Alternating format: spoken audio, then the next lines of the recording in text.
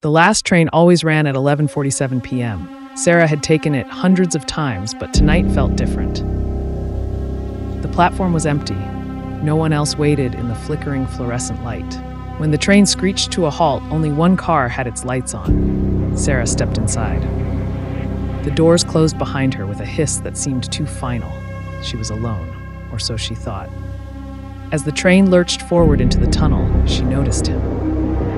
A man in a gray suit, sitting perfectly still in the back corner. His hands were folded in his lap.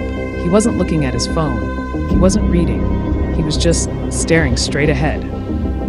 Sarah tried to ignore him, but something was wrong. The man hadn't blinked once, not once.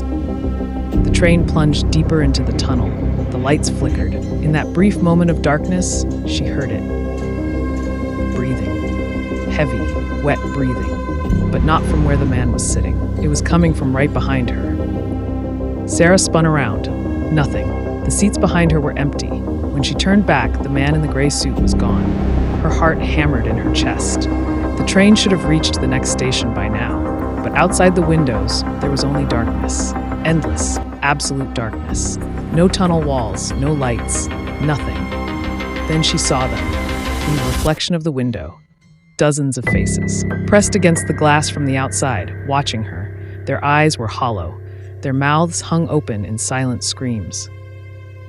Sarah stumbled backward, but when she looked directly at the windows, there was nothing there. Only in the reflection could she see them, and they were getting closer.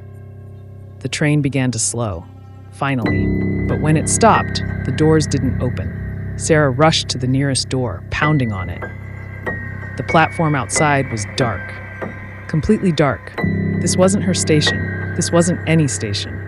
The lights in the train car began to die, one by one. Click, click, click. In the growing darkness, she heard footsteps, slow, deliberate, coming from the other end of the car. She couldn't see who it was, but she could hear them getting closer. Step, step, step. Sarah pressed herself against the door, fumbling for her phone. The screen lit up her face with pale blue light. No signal, no service. But there was something else, a notification, a message from an unknown number. It read, "You shouldn't have taken the last train." The footsteps stopped, right in front of her. She could feel breath on her face, cold, rancid. Sarah slowly raised her phone, letting the light illuminate what stood before her. It was the man in the gray suit, but his face was wrong. The skin hung loose, like a mask that didn't quite fit. And beneath it, something else was moving, writhing.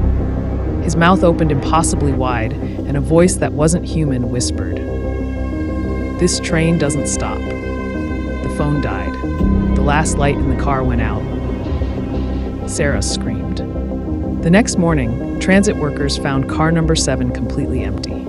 The seats were covered in a thin layer of dust, as if no one had sat in them for years. But on one of the windows, written in condensation, were 2 words, "Still riding."